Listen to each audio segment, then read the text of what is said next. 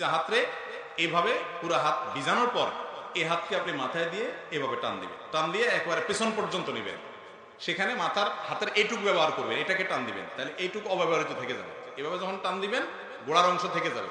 এবার আসার সময় এইরকম করে টান দিবেন, তাহলে যাওয়ার সময় অর্ধেক হাতে আর আসার সময় বাকি অর্ধেক হাতে টান দিবেন, তাতে পুরো মাথা কি হয়ে যাবে, মাসা হয়ে যাবে। এই মাথা পুরাটা মাসা করাটাই হলো সুন্নাহ। পুরো মাথা মাসা করলেন, এরপরে ভিজা আঙ্গুল দিয়ে কি করবেন, কান মাসা করবেন। কান মাসা শেষ, গর্দান মাসা করবেন কিনা, এই তো এবার একটা ভেজাল এবং কামড়া কামড়ির জায়গায় চলে আসি আমরা, তাই না? এই একটা জায়গাতে ঝামেলা একটু এবং মত পার্থক্য আছে।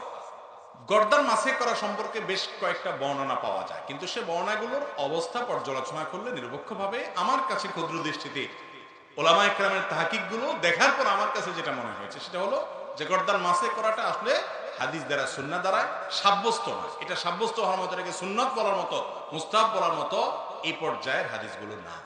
কথা কি বুঝাতে পারছি?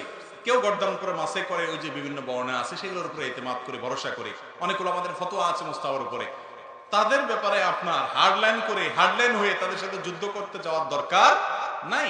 আপনি যেটাকে বিশুদ্ধ মনে হয়েছে সেটার উপর আপনি আমল করবেন।